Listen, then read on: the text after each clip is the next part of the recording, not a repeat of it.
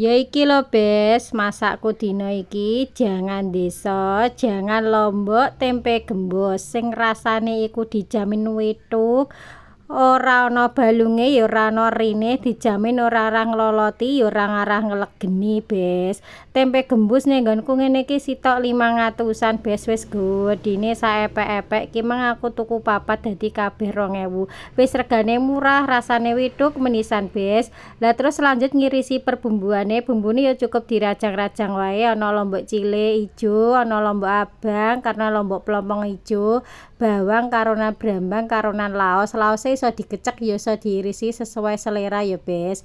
Lah nek perbumbuane wis bar diirisi kabeh, lanjut perbumbuane iki digongso nganti ambune seweger, nganti ambune wangi, berarti tandane wis mateng. Oh iya Bes, iki tak cemplungi godhong jeruk karonan godhong salam Bes, dilokno gongso menisan ya.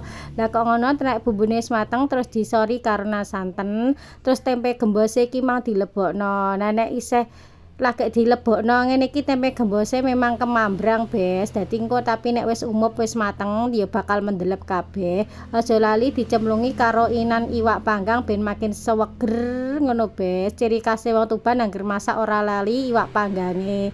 Kono terus dicemplungi karo inan irisan tomat ben makin seweger ana kecut-kecute ngono lho Bes.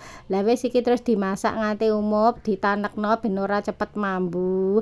Lah iki jangan telombok, jangane wong desa, warisane kanggone mbah buyutku sing dijamin rasane withuk, seger, gamoh, ora nglegeni ya ora ngloloti Bes. Silahkan dicoba, dijamin ketagihan Bes.